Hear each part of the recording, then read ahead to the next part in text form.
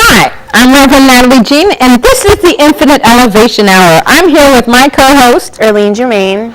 And we're here to give you an abundance of information in the spirituality world. How was your day today, Erline? It was quite all right. There was a lot going on today, so I'm getting ready to maybe chill out a little bit later, relax some. Chill out. Chill out, yeah. I like that word, because sometimes we do need to chill out. Our way here is usually an abundance of traffic, but God was working right, and the traffic was almost non-existent. It was a beautiful ride here, but I have to tell you that when there's a lot of traffic, I put on some music that most people wouldn't think that I would put on, but I put on Eminem.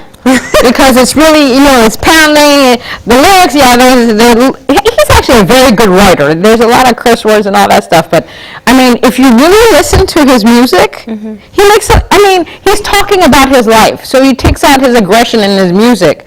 But it makes a lot of sense. And then sometimes you can relate to the stories that he's talking about in his music. You're not going to relate to that, maybe not relate to the fact that he wanted to choke his baby mama. But it's very interesting. Since I love music and I sing as well, now when I listen to lyrics, I actually really, really start to listen to the lyrics. And recently, when I teach my psyching class, I have to do a playlist for my class. And there's a song that I really love that I put on there. And it's an ironic song for me because it's called Don't Judge Me. And it's sung by Chris Brown. But it is a beautiful song. It's a slow song, and in the song he talks about he's in a relationship, and he's asking the woman that he's dating, that he's in love with, not to judge him, or if she saw something online. He doesn't want to argue because it's going to be the same thing over and over. But the beat, the rhythm, it is just a beautiful song. But when it's time to get on that traffic, Eminem just does it for me. What kind of music do you like to listen to when you're in traffic? It depends on my mood, because if it's kind of one of those days where I'm just like, I've had it, I might try to do the reverse with myself and try to mellow myself out a little bit. And I have on my iPod, which can plug into the car, some kind of like spirituality music I got from Whole Foods, like this Buddha list or something that gets you zenned out. But then other times, like I listened to the radio, and I was driving in today, and I was just remarking, I didn't feel that there was enough playing that was of substance. Cash this, I got diamonds here. I have a condo on my chain or something. I was like, okay, can we get a little bit more, in-depth music here for the younger generation, especially, because I was thinking, growing up, we had some really, really, really good rappers who, to me, had a flow with what they were talking about, and it made sense. They were revealing their lives, like Eminem. He hasn't put out some music in a couple years, but like him back in the day when he came out, I was on it. Like his music was like his first album. I remember getting it. I was like, man, this is some good stuff. Even 50 Cent's first album, I thought was one of the best albums that he ever put out, because every single track I thought was nicely well put together. And I'm not saying I endorse his lifestyle, but I could experience what he was going through his music. And like you were talking about how you listen to the words, I think because I'm artistically inclined, I do more so listen to the words and what they're saying. And if I can't really get with what you're saying, then I have to switch, because I don't really want to be so negatively involved in something, especially when they talk about women. And they do in a lot of rap songs. Yeah, so, there's a song like Trick This, I don't know, I can't get down with that, because I don't think women should be called that.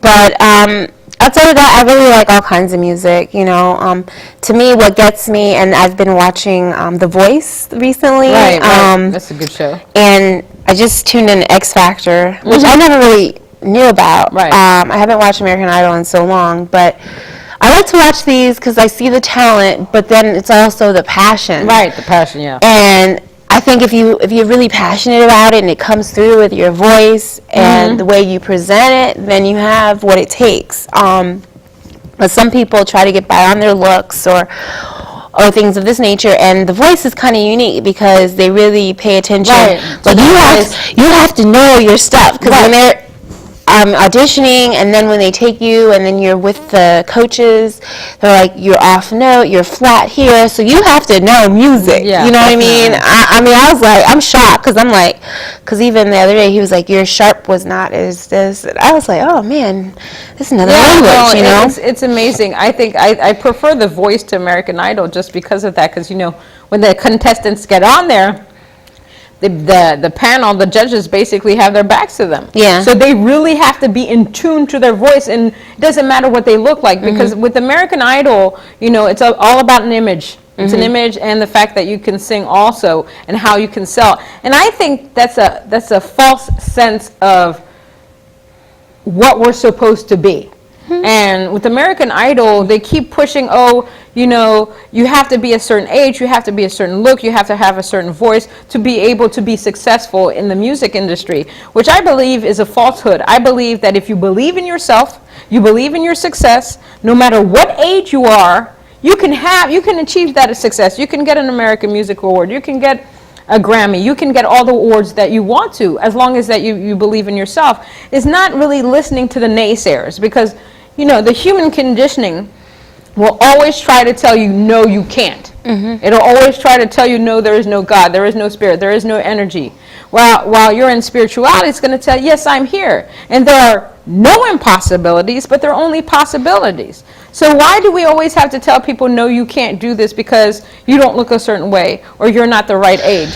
And just to maybe, flip the coin a little bit, what I think kind of irks me about all of that, or the industry, is the ones that do make it and kind of forget how they came through, and then give others a really tough time.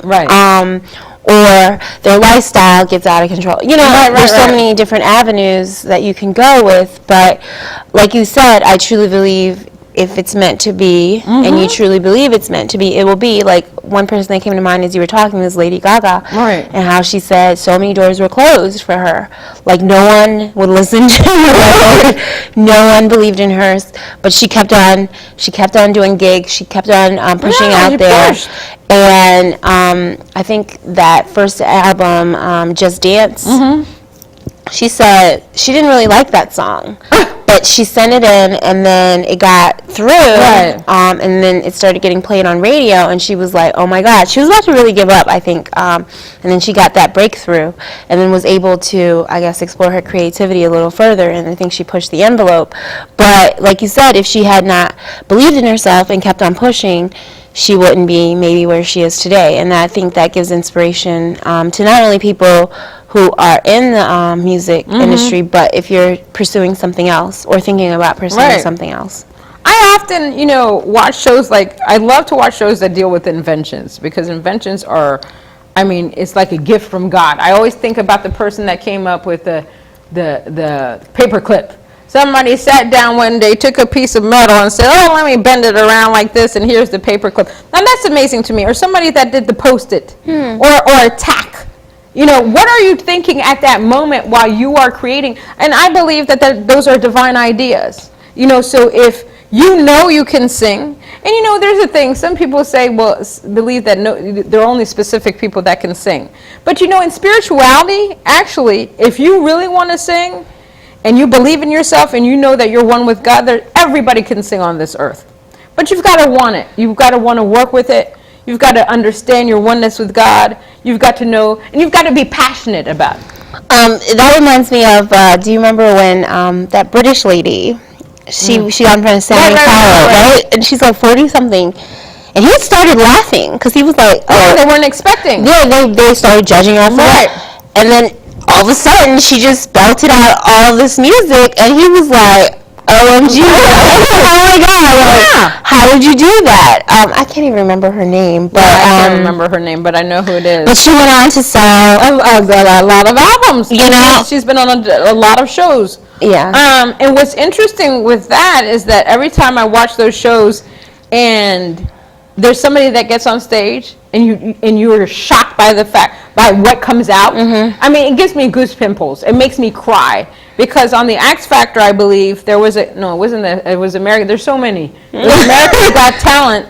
Oh yeah, that one The too. guy came on, and he's goth. He looks kind of goth. He has those eyes that look like, I don't know, vampire-ish or whatever. And he has dark hair. The man came out and sang an opera song. I started crying. It was so beautiful. His parents didn't even know that he could sing. And his parents were in the audience, and that was the first time that they had ever heard him sing. And I think he's still on the show. I'm not sure because I'm never home to watch any of these things anymore. I actually see these things on the internet. And, I mean, everybody stood up and clapped for him. And he's always been shy, and, you know, he's really stayed by himself because he's got this goth look and doesn't have that many friends. And then music was a place for him to go when he was feeling sad or lonely.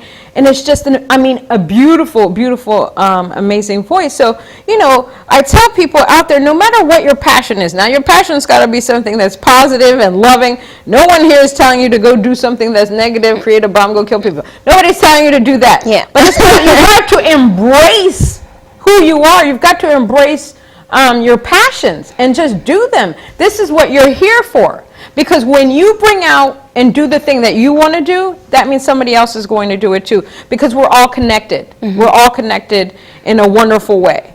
It's almost like that new show that's not back yet. It's called Touch.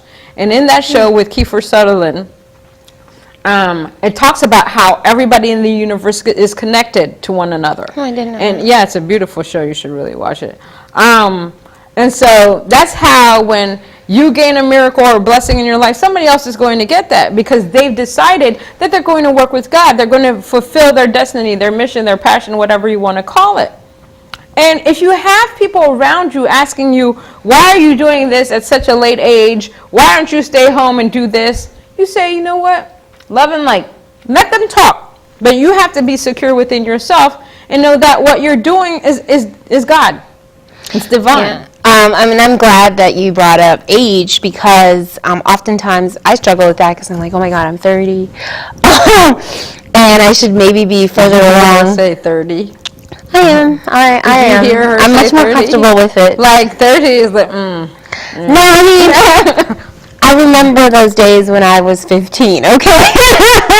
Okay, exactly. So from 15 to 30, that's quite a long 15 years. But and it doesn't have to be 30. You could be 50. But sometimes we question where we are in our existence, you know. And then I have to say, you know, if I was meant to be maybe somewhere else, I would be.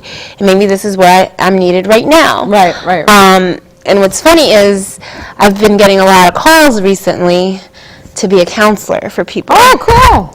And I didn't kind of realize this until my boyfriend was like, hey, he's like, yeah, people have been calling you. You know, you should be like a counselor or something because you kind of like walk people through stuff. And I'm like, really?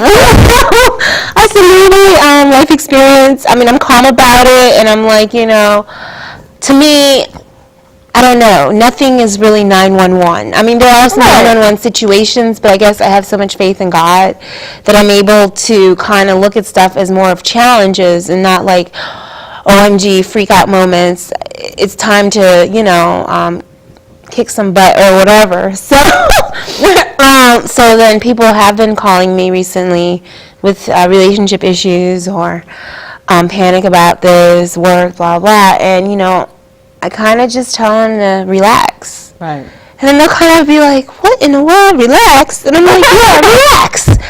Because I'm relaxing. You know, every day I'm trying to still my mind and learn how to relax more. Because at the slightest inconsistency in my life or the slightest change or bump, I tend to want to like jump at it. Right. But then I'm like, no, you know what? Let me relax and watch the movie unfold. And is it going to be a drama today? Is this going to be a comedy? You know, I started to look at it in that perspective. And then, I don't know, it's for somehow I'm like more of an observer. Right. And letting things play out. So I brought that up, I don't know, to kind of tie into maybe what we were talking about. I think we got kind of on a tangent here. But, yeah, I don't know. I think there's so many different layers to us and discovering who you are. And also something you talked about, your talents and developing them more. I think we all know at a very young age what we want to do, and I encourage children watching this, if you are watching this, to stick with it. Right. Or develop it a little bit more, regardless of maybe what, don't really quote me on this, but your parents might say. Right. Because I think that's what stopped me in the beginning, because I kind of felt that I was artistic, but it wasn't really accepted, you know, and I didn't really know many artists around me like that. And it wasn't until later in life then I started, like, on my own, going to the art store, sneaking and buying big canvases, and my mom trying to pay him. Mom's like, "What you doing?" I'm like, "Nothing." Like, that's not nothing. Then I had to explain myself, but this is just for play, not for serious stuff. So it doesn't even have to be like that. And even building the guts say, "Hey, I wanted to go to art school." You want to do what? Go back to Maryland and finish. I was like, no, I don't think so. I think sticking with your passions is important in this life, and developing them more and more. And on that topic, it is amazing how you really focused on your graphic design, your artistry, everything that you do, because I'm here to tell you that Erline Germain is on the president's list. Oh, Lord. Yeah, she gets straight A's, and she was just like, and they called her. They called her, and they said she was on the president's list, and she's like, I've been on that twice already. And I'm sitting here, how many people have gotten on the president's list? 1, gotten straight A's every time they're in school. 2, she couldn't name that many. So it is a great achievement to be able to have such a high GPA, 1, be on the president's list. Thanks. I think that is wonderful. And the thing is, you made a decision, though. You needed to follow your passion. You needed to follow your heart. And that's a great thing. That's a marvelous thing. That's a beautiful thing. I'm doing a cartwheel for you right now. Oh, thanks. Did you see it? But you didn't have to put me on full blast. I put you on full blast. I mean, I'm thankful for it. But I guess my mindset is like until I get to the end, because there's been so many times in my life where I've started something and not finished, and I really want to stick it to the end. And when the woman called me, I was like, thanks, but it's not over. There's so much more to do. Thankful for that moment. It was very challenging. I stepped up. Yes, I did not sleep. Yes, cranked the projects out. Yes, but and that's a test to also others. Like, if you really focus in and say you want to do something, you can do it. Like, I can't say that, hey, 5 years ago I thought I'd be where I am now, just because I really had no clue. Right. And I thank my cousin, because he's the one who brought up graphic design. I was like, what is that? I didn't even know. Right. And I was taking a college tour, and we did the Corcoran, we went to Art Institute, and we did a couple other schools, and I listened to one of the chairs. He's no longer there anymore, but he was talking, and I don't know, I just got really connected to what he was saying, and then it sounded like something maybe I could do with the talents I had, and maybe things I could develop a little bit more. So never say never. Whatever age you are, opportunity is out there, and the universe is more than willing to assist you. Amen. I think so, because you became a preacher later in life, right?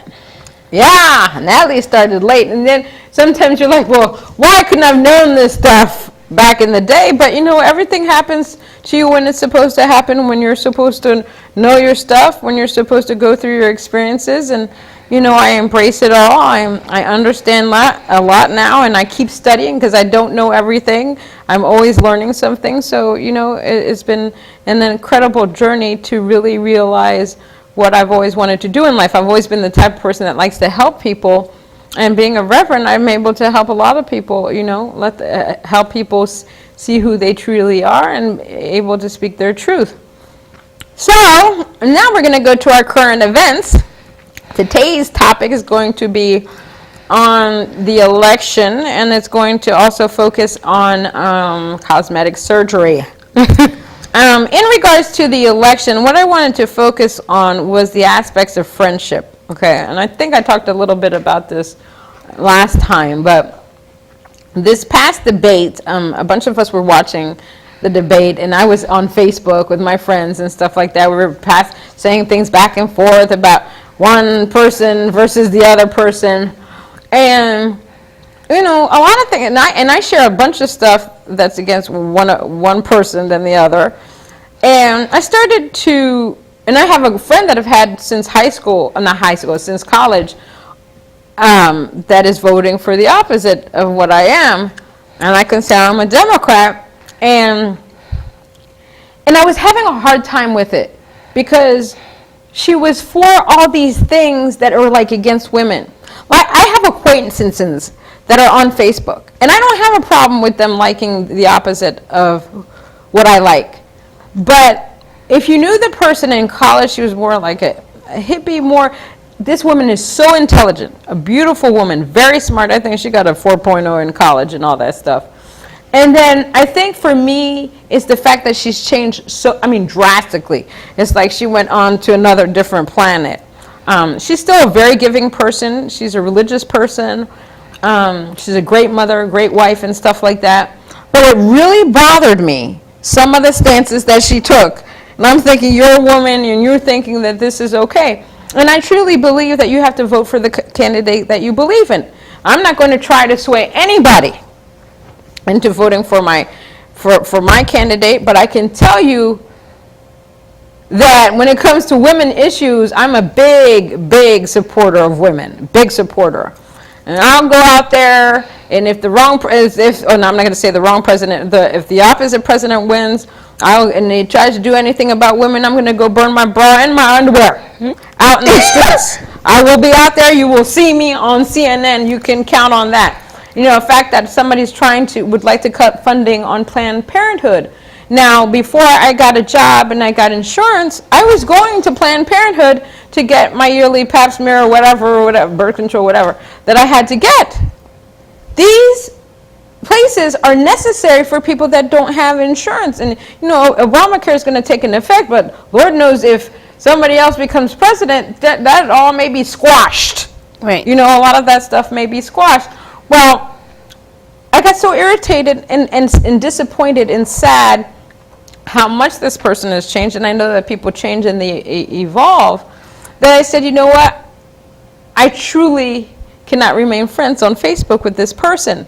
And the reason that I did that is a conversation that I had with my boss. And he said, you know what? That has happened to him also. If he has somebody on his Facebook that is just so far out from his own personal values, and they say a lot of derogatory things about whoever, it doesn't even have to be about the election, he's asking himself, how can he be friends with somebody like that? Mm-hmm.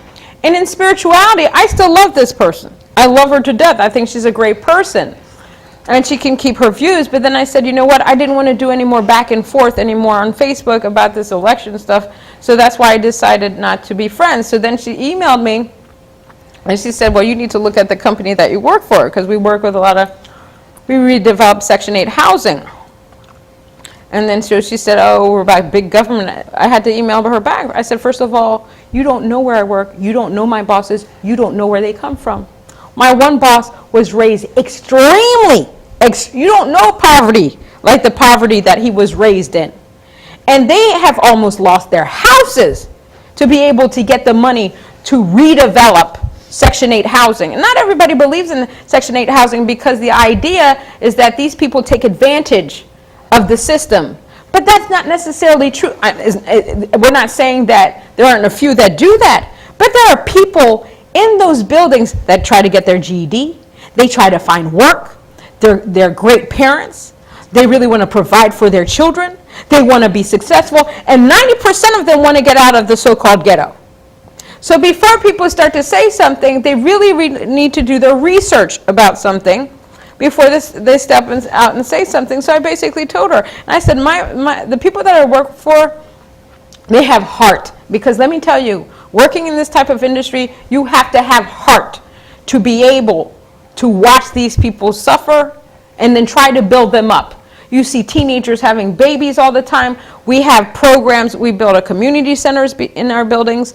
We have different programs to teach them about teen pregnancy. I've taught Zumba at the place. We've done a lot of things. So it's not about, well, big government, this and that. So in essence, I'm fine with the fact that I took the person off, but it made me sad at the same time because she and I were very, very close in college. We were best friends even after college. But then I moved to New York. In fact, when she moved to New York, I moved in with her for a little bit because she had just gotten married. Then I found my own place. And then she left New York. I moved there because of her, really. And then we basically lost a lot of touch, but we were very close. So my thing is that, how do you feel? I know you're not on Facebook that much, because I only see a blip of you every now and then. Yeah, not really. I'm not really on it that much. I go and check to see if I have messages or stuff like that. But what is your consensus on somebody's values and their belief system? Do you remain Facebook friends? Do you remain friends at all? It's a touchy subject. I'm not big on Facebook just because I think I'm kind of a private person with certain things. Right. Because I see the young generation using Facebook kind of in a negative way and putting, oh, this is what I did this weekend. I got drunk, and here are the pictures. Here's the evidence. I'm going for a job interview on Monday. This is my same email address, and you can look me up, right? So in that regard, I don't think it's smart. When it comes to friendships, and I think I have blocked a few people, exes, things of this nature that I don't really want prying into my life or posting things on my page that aren't relevant. So I don't know, Natalie. It's a tough decision. I think it's individual. Like if that's what you feel you must do, then you must do that.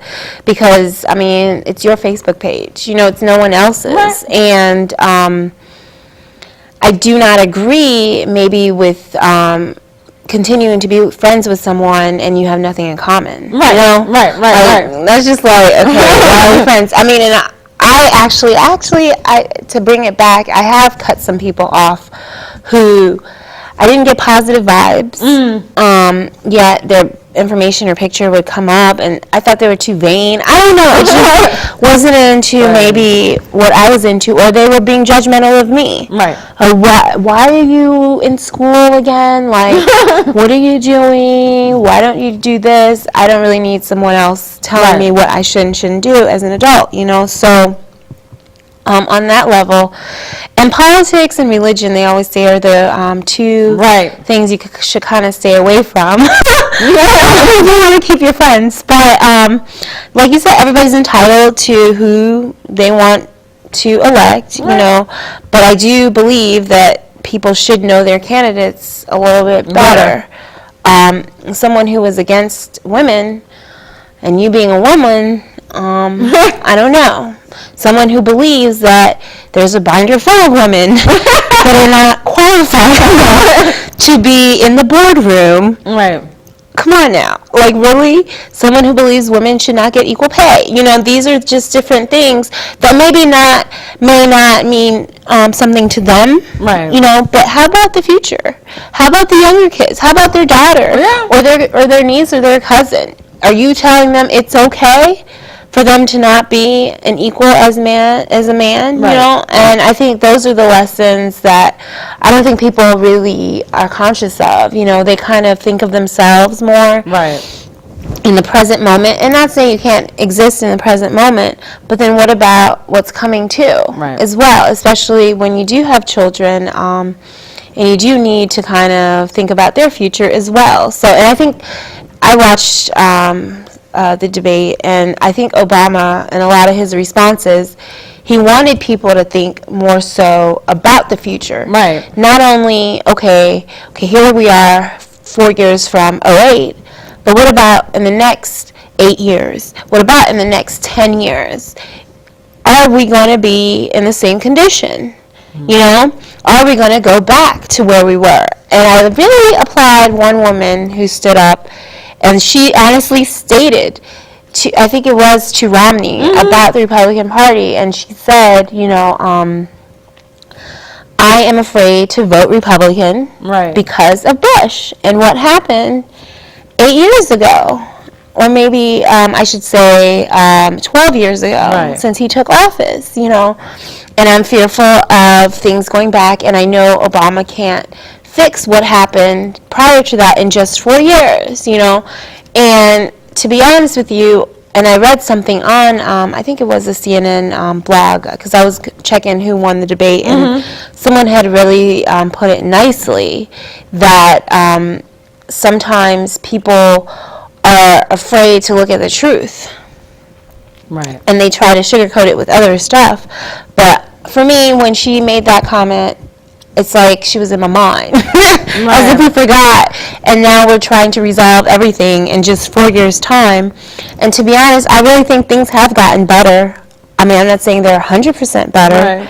But at least, you know, people aren't getting fired like every day like they were, those numbers, you know, and some people aren't losing their houses as rapidly, and so things are much more in place, not saying perfect, you know, and I think that's what people want, is that quick fix instantly. Yeah, I mean, I've been telling people, please name one president that has done everything they said that they were going to do. Every single one. Just name one. You can't find one. There is no one. You can't really do everything that you're going to say when you have people behind you that are not going to back you up with everything. That's what I was going to say. And even, I think there was a point where he said, didn't you say in the first year you were going to propose X, Y, and Z? And he's like, I tried. But how can I make things happen when I don't have both parties willing to work together? And that's just common sense. I mean, and the other thing was, and I was telling Oliver this, is that he says, well, he said you said you were going to create jobs and do all this stuff. Okay, he said he would get at least, I think, 5 or 6, I can't remember the percentage. And then after that, and then so Romney said, okay, I can create X amount, I'm going to create jobs, I'm going to do it. Then in the next sentence he's going to say government doesn't create jobs. So where the hell is he working? If he's going to be the president of the United States, he says he's going to create jobs, but then he says that government doesn't create jobs, then what is he talking about? That's the kind of flip-floppy...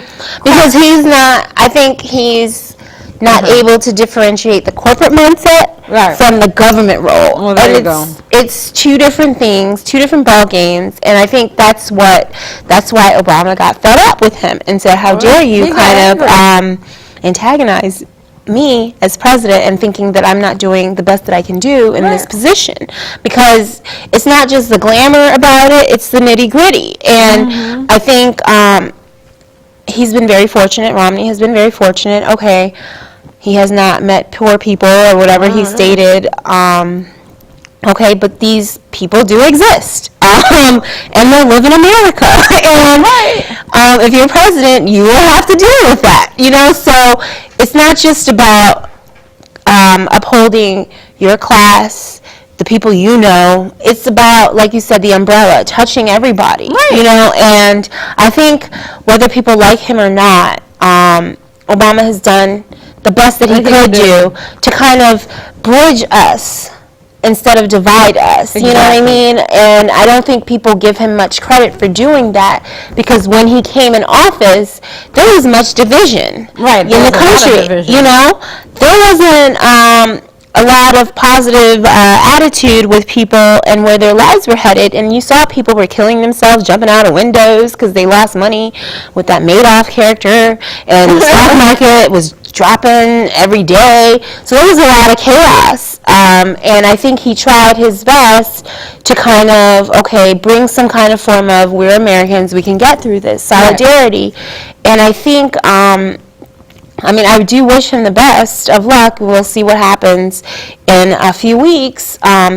It's just the way that I think the game is played is a little rough. No, it definitely is. And the people that need the assistance are kind of getting left in the shadows, because the major players, people with money, are the ones, it seems, in control. Right. And I said to my mom, ironically, I said, and she's kind of flip-floppy with her candidates. But I said, if God did not want Obama to be in office, he would not have been in office. That's right. And I'm going to stand to that. I said, if God, whatever the belief of God is, whatever being put you on this earth, whatever energy did not want that man to be there, he would not have been there. I've been telling people. And she kind of looked at me like, why would you say that? And I'm just like, that's the reality.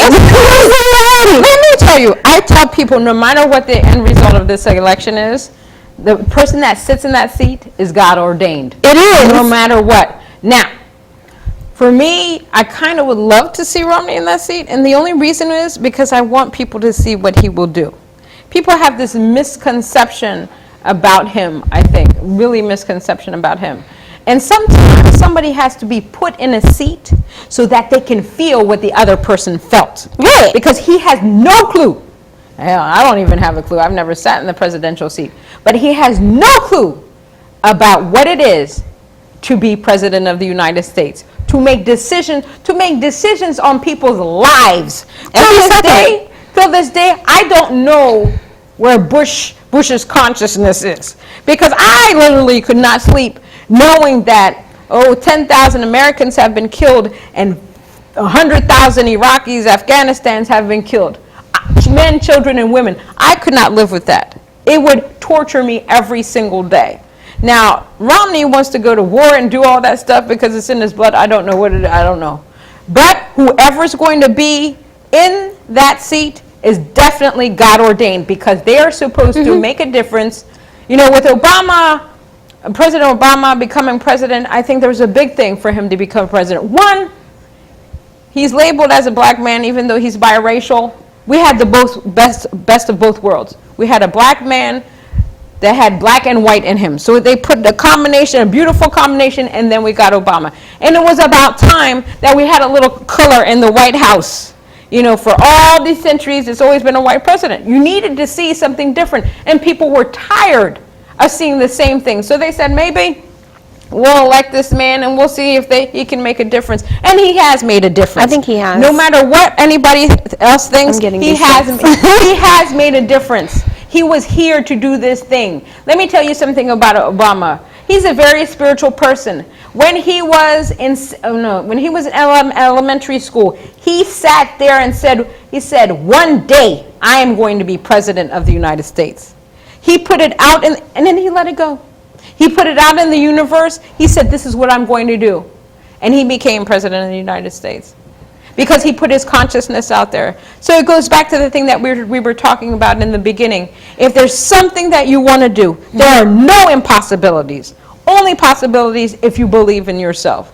So, but you, like I said, one of the episodes, you got to say the thing that you are. So maybe Obama was out there, I'm president, and he became president. So if I could say I'm a successful musician, Joel Osteen's probably said I'm a successful reverend, and look at him, mega church, which is a beautiful thing. So we really got to get to a place where, whoever sits in that seat, we've got to raise them. We can't downgrade them. You know what? Because they're already there. President Obama was in the seat for 2-3 years, and people were still harping about his birth certificate, this, that, and the other. I know. That was crazy. Nobody asked Romney for his birth certificate. There's white South Africans. So why couldn't they ask him for? I don't know where he came from. He could be lying. Nobody's going to ask him that. Why? So we're going to take a little break, and when we come back, we're going to talk about colors, and we're going to do another set of saint cards, and then I'm going to talk about my girl, Emma Curtis Hopkins. So we'll see you in a few minutes.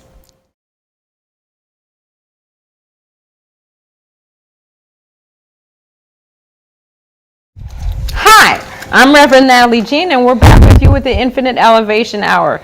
So right now we're going to focus on the aspects of color. Erline Germain is going to give us a detailed description of what the color really means to us. Welcome back. Today, out of my Healing with Crystals and Chakra Energies book, I think I've discussed this book in depth in the past, focusing on turquoise and pink. And we all know turquoise is a lovely stone that we can wear. And it's actually a really good color to help us kind of balance our energy. And I actually have a white turquoise stone necklace that I got at a jewelry party, and every time I wear it, it kind of cools me and calms me down. So I don't know, it doesn't maybe necessarily have to be the color turquoise. But things that turquoise can do, they have a strengthening influence on all the systems of the body, bringing a sense of inner confidence. So it's one of those I'm confident color. And as you know, it is kind of a copperish color, and it can come in some other variations like I talked about with the white. It can also be in green as well. And let's see, pink. I think we said my magic word. It is. And what's funny is as a child, I didn't really like it. My colors were like red and gold. Bright colors, yeah. But maybe like 3 or 4 years now, I've been more into pink. And I think ever since I found out it was the color of love, and it kind of gives me that warm, fuzzy feeling. Right. And there are all different shades of pink. You can have the pastel, you can have the bright pink, you can have the mellow pink. But I'll just read what it says here. It promotes relaxation and acceptance of where one is in life without false views or feelings of complacency.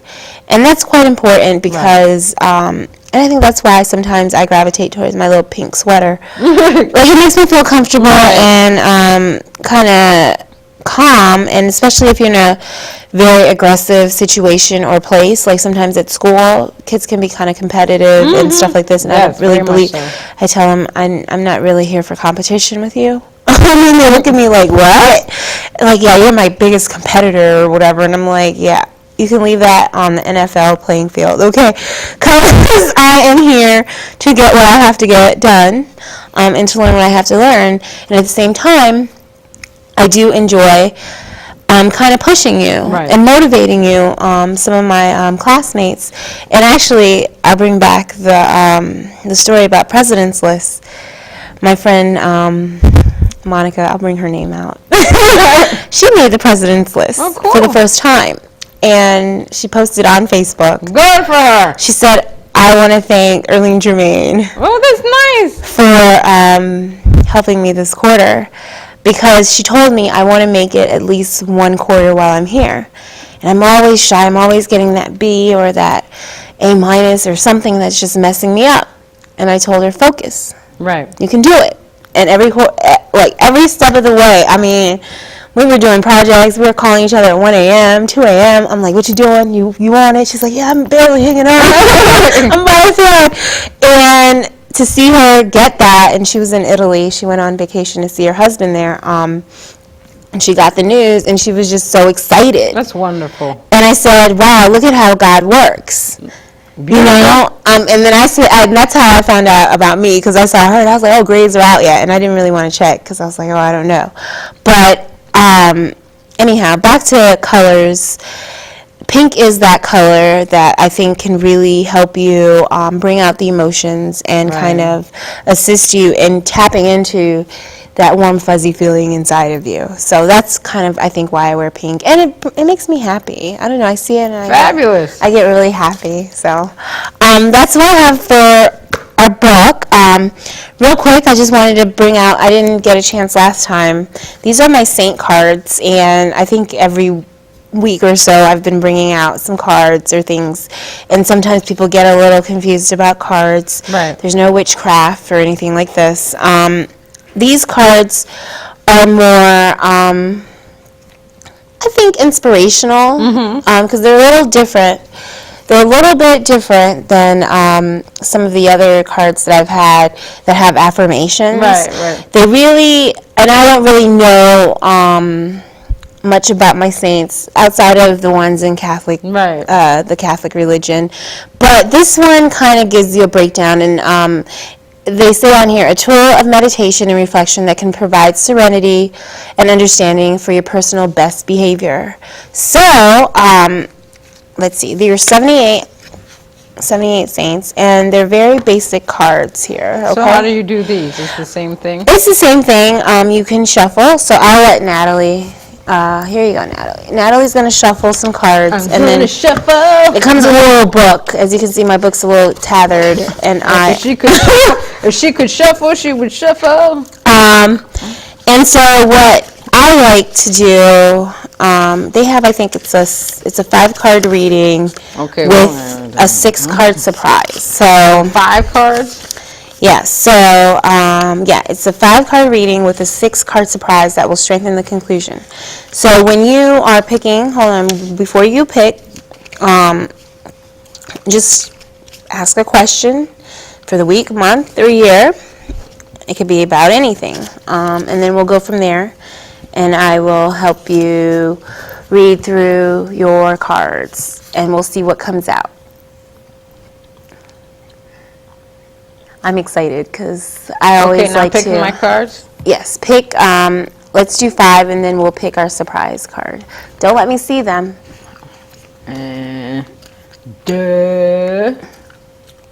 Trace. Quattro.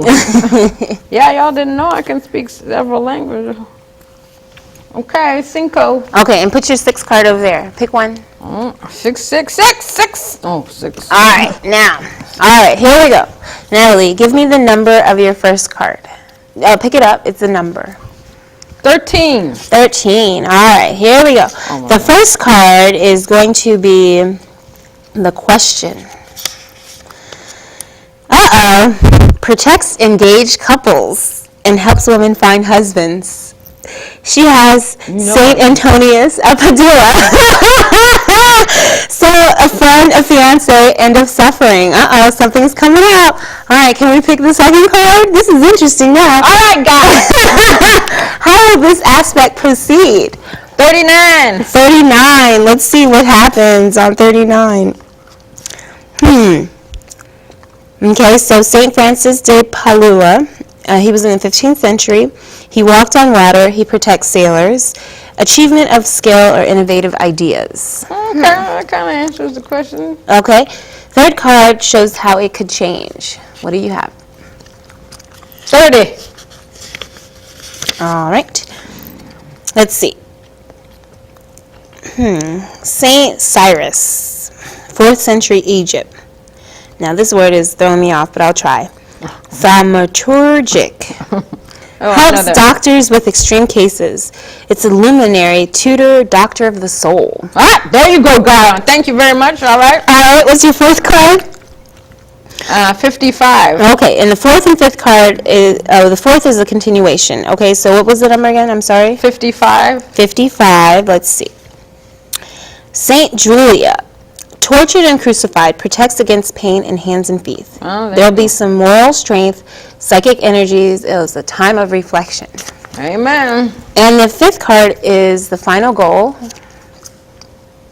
What's the number? Number 38. Why is your face like that? Because St. Francis of Assisi. And do you have a connection with him? I know more about him than in St. Padua. Okay, it's the St. Francis is the founder of the Order of Friars Minor, patron saint of Italy. There's cheerfulness and joy, sensitivity toward creation. Meditation between young groups of people. You see what I was telling you earlier today? I know. Okay. Tell me What's your bonus surprise card? What is the number? I'm still interested in the first card, the fiancé one. What's the number? 31. 31. Okay. Let's see what happens. And Saint Dominica, around the 3rd century Italy. Sentenced to the lion's den. He tamed them, though. It's the Declaration of Personal Rights. That's right. Amen. Hallelujah. All right. Hallelujah. I think you got a really nice reading there for some reason. I'm not sure what you asked, Can you write these numbers down for me, please? Sure. I gave you a stilo. You did. All right. So Just the number. all right. Thank you very much. Wasn't that a great, people are learning more and more about Natalie on this show, aren't they? Yes, they are, Natalie. Well, before we close the show, I wanted to go over a little bit of my girl, Emma, and we're going to talk about, use the book Scientific Christian Mental Practice, which you can buy on eBay Amazon.com and divorce. Well, first, the statement of being is basically understanding your oneness with God. And it talks about the way that Jesus walked throughout his life as well. She says the first lesson in truth is the word God. Have you ever heard that there is a marvelous power in every word, and it contains its own potentiality? You can see that if every word contains its own potentiality, then that word which all the world agrees contains the greatest power must be the greatest word. So in essence, we can say our name. And our name is the greatest power because why? Because we're so connected to God, we come from God, and we are just whole, perfect, and complete. So the one things that we can say, my words are life unto those that find them, and health to all their flesh. Jesus Christ had quite a different idea from these men, even though they loved the name of God so devoutly. In my name I preach the gospel. In my name heal the sick. If a man keep my sayings, he will never see death. See, in you thought in Emma Curtis Hopkins' world, we don't look at the aspect of death. We see transitioning. We finish whatever we're doing here, and then we go to the astral plane or heaven or whatever you want to call it. And we continue to work. We're always working. But, there's a time for us to rest at the same time. The study of the lines of reasoning which bring out your healing power is called the study of metaphysics. The word metaphysical means above and away from the physical. Now, when you understand your oneness, that's when you really can bring out your passions, your truth. But you have to walk the walk. I always talk about that. You can't just talk about the stuff, and then when you're walking outside, you're acting totally different. You have to embody what you're talking about. You really have to love yourself. That's all the statement of being is. It's about loving yourself. It is only profitable to say that our life does need the Word of God. The Word of God is truth. God works only in truth. And that is the thing that we have to remember in the statement of being, in the statement of who we are, is that we have to remember that the words we use are extremely powerful in our daily lives. If you take the time to sit down and think about your life, your past experiences, and think about what you said at those moments, you will see how powerful you truly are. And even not only our words, but our thoughts. We can bring out so much devastation from our own thoughts. Or we can say things that you think are going to hit somebody else when in fact they're going to hit you. Because in this world, we're all about loving one another, being there for one another, being truthful, and speaking the truth about ourselves, and knowing that there are no impossibilities, only possibilities, and that we can all achieve illumination and evolve in this world if we only believe in ourselves and we know who we are. Because there is only one power, and that power is God. And we are that power. God created each one of us so that we could be representations of Him walking on this path. So I tell everyone, you've got to heed, be kind, love one another. Love your neighbor even if you don't love your neighbor, because when you love your neighbor, you're loving yourself. You don't love your neighbor, you don't love yourself. We are all a part of this one beautiful universe. Let's make it a wonderful place to live in. So this has been the Infinite Elevation Hour. Next week we'll talk about cosmetic surgery, and we'll talk about many different modalities. We'll also talk about colors again, because we need to know the colors that really work with us, and we'll talk about many other things. Thank you for tuning in. And remember, if you'd like to be a guest on our show, just contact us at www.infinite-elevation.com, and we'd love to have you here. Stay blessed. Thank you for watching.